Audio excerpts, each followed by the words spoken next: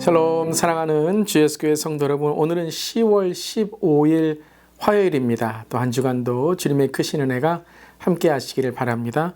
오늘 찬송가는 새 찬송가 368장이고요. 주 예수여 은혜를 함께 찬양하시겠습니다.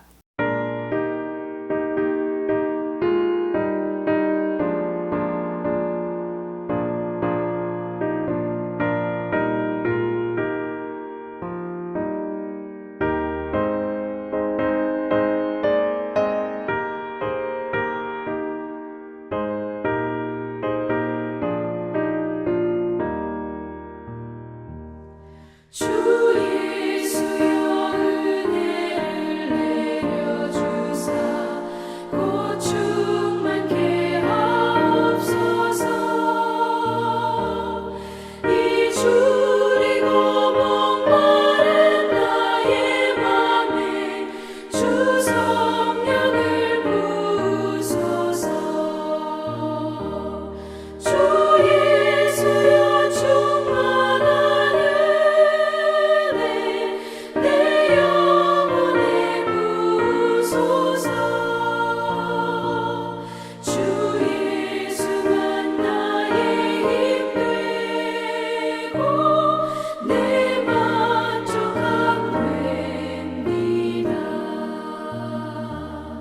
주 예수여 죄에서 풀어주사 날 정결케 하옵소서.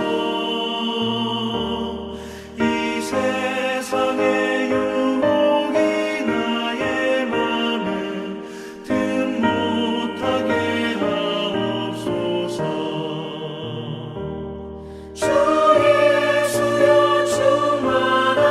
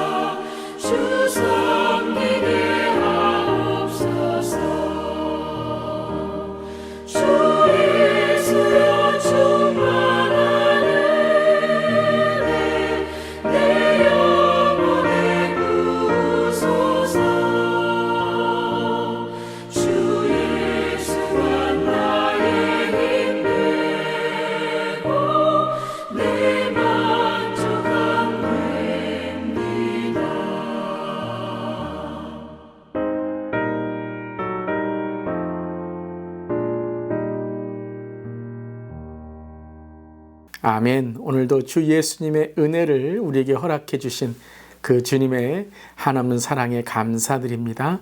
오늘 말씀은 호세아 11장의 말씀입니다. 12절부터 12장 14절까지의 말씀, 하나님의 말씀 함께 나눕니다. 에브라임은 거짓으로, 이스라엘 족속은 속임수로 나를 에워쌌고, 유다는 하나님 곧 신실하시고 거룩하신 자에게 대하여 정함이 없도다. 에브라임은 바람을 먹으며 동풍을 따라가서 종일토록 거짓과 포악을 더하여 아수르와 계약을 맺고 기름을 애굽에 보내도다.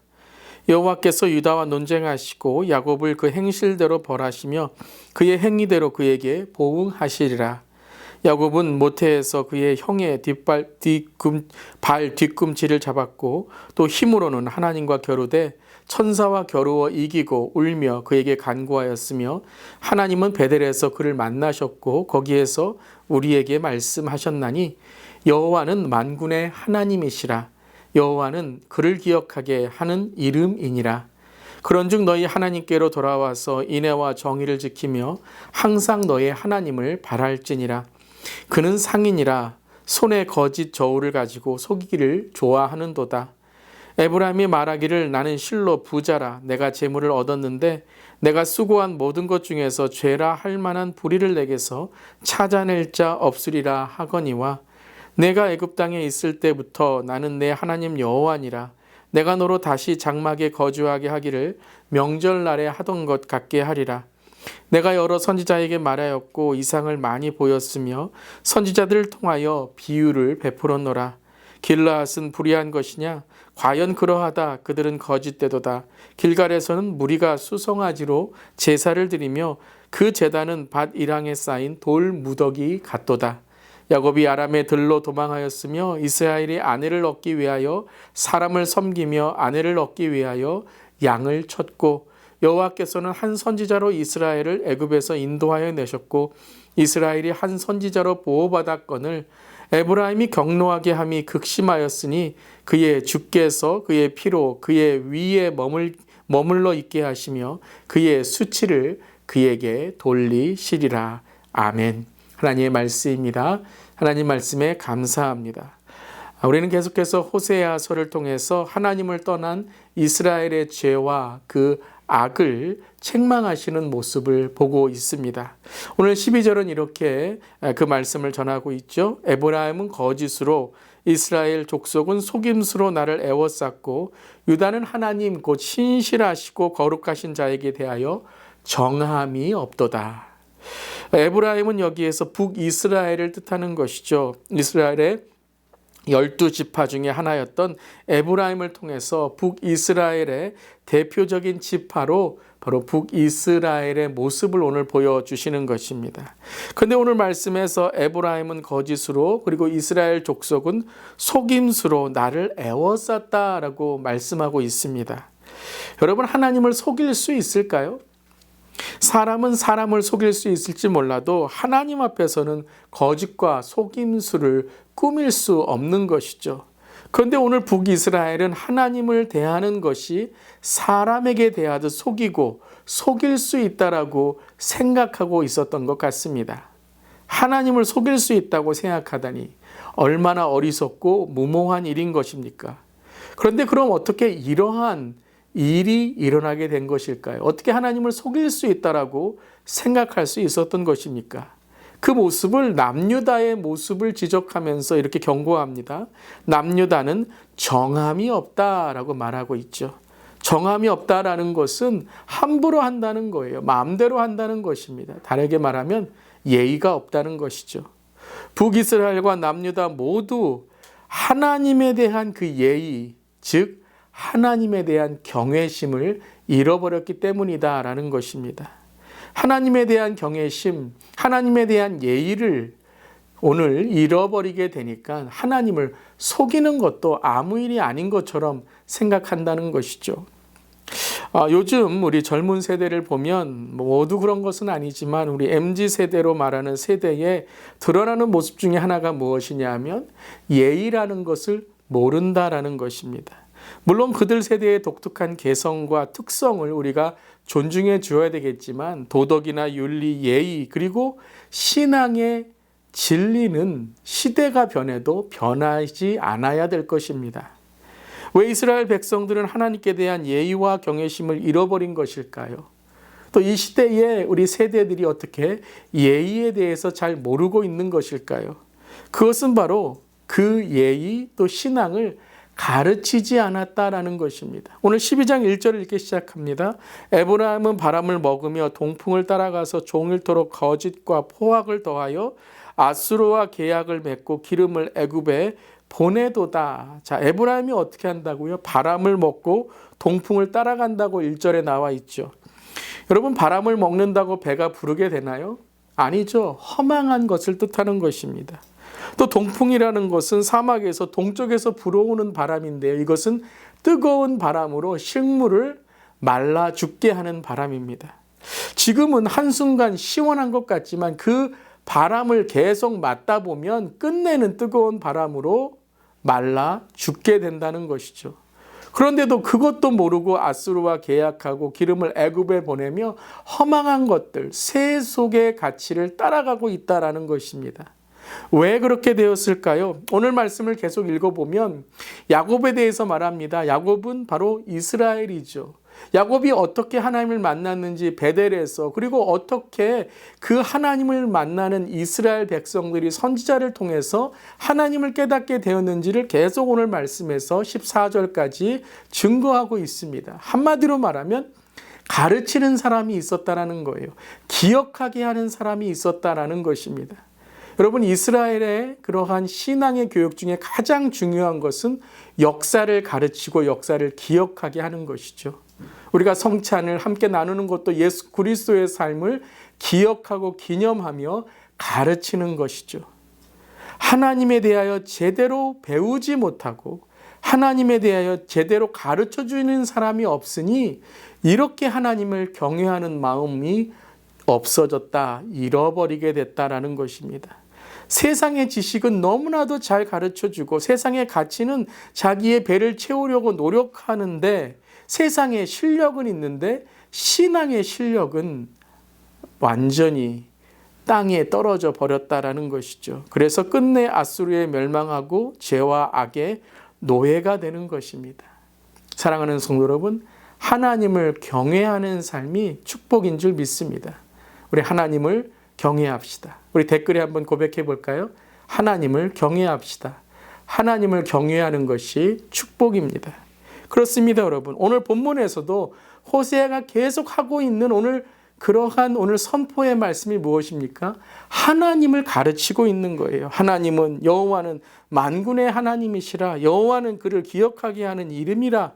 그런즉 너희 하나님께로 돌아와서 인내와 정의를 지키며 항상 너의 하나님을 바랄지니라. 다시 말하면 하나님을 배워야 된다는 거예요. 호세아에서 하나님을, 여호와를 힘써 알지니라. 하나님을 계속 배우고 하나님을 알아가고 그분과 동행하는 삶을 살아야 된다는 것이죠. 하나님을 가르쳐야 됩니다. 하나님을 힘써 알아야 됩니다. 아수르와 애굽, 세상의 세속 가치가 얼마나 부질없는 일인지를 우리는 그 가치와 허망함을 가르쳐야 됩니다. 그리고 세상에서 더 하나님의 사람으로 실력을 갖고 공부하고 최선을 다하고 그리고 하나님이 세워주시는 그 자리에 하나님의 영광을 돌리는 하나님의 사람이 되어야 되는 것이죠. 이 시대와 세대를 보면 예의가 더 이상 기본이 아닙니다. 예의를 모릅니다. 그렇기 때문에 우리는 기본의 삶이 아니라 그 기본을 가르쳐주는 삶이 되어야 되는 것이죠. 예전에는요, 그냥 어른들을 보고 어르신들을 보면 그 예의, 도덕, 신앙, 나눔, 베품, 사랑을 볼 수가 있었어요. 그래서 그것이 기본이었죠. 근데 지금 세대는 어떻습니까? 보이지가 않습니다. 신앙을 가르치는 가정이 정말 드뭅니다. 가정에서도 부모들이 오히려 더 비성경적이고 신앙의 모습을 보여주지 않고 있습니다. 예배, 기도, 말씀 이런 것은 고사하고 예의, 인격, 서로 대화하는 모습조차도 보기가 힘들 때가 있는 것이죠. 부모는 유튜브에 빠져 있고 자녀들은 게임에 방문을 꽝 닫아버리는 그러한 시대에 있는 것입니다. 사랑하는 성도 여러분, 오늘 말씀을 통해서 우리가 깨닫기를 바랍니다. 가르쳐야 됩니다. 또한 인도해야 됩니다. 더욱 앞선 세대가 신앙의 본을 보이고 믿음의 가문을 만들고 그리고 우리 다음 세대가 하나님의 세대로 세워질 수 있도록 더욱더 하나님 안에 말씀으로 살아가는 우리 모두, 우리 가정, 가문, 우리 교회, 이 시대에 믿는 자들의 삶이 되기를 주님의 이름으로 축복합니다. 아멘. 오늘 두 가지 기도 제목입니다. 하나님을 경외하는 신앙이 회복되게 하여 주시옵소서. 성경적인 세계관과 신앙의 가치를 다음 세대에 가르치고 본을 보이는 앞선 세대가 되게 하여 주시옵소서. 함께 기도하고 나아가는 우리 모두 되기를 바랍니다. 아멘. 기도하시겠습니다. 하나님, 오늘도 말씀 우리를 가르쳐 주심에 감사드립니다. 회개하고 또 주 앞에 고쳐야 될 것을 고치고 또한 하나님 앞에 경외심을 회복하며 오늘도 주님이 살아계신 그 삶으로 살아갈 때에 믿음의 능력과 말에, 행동에, 인격에 본을 보이는 우리 모두 되게 하여 주시옵소서. 주님 감사드리며 예수님의 이름으로 기도드리옵나이다. 아멘. 오늘도 하나님을 경외하는 삶 되시기를 바랍니다. 아멘.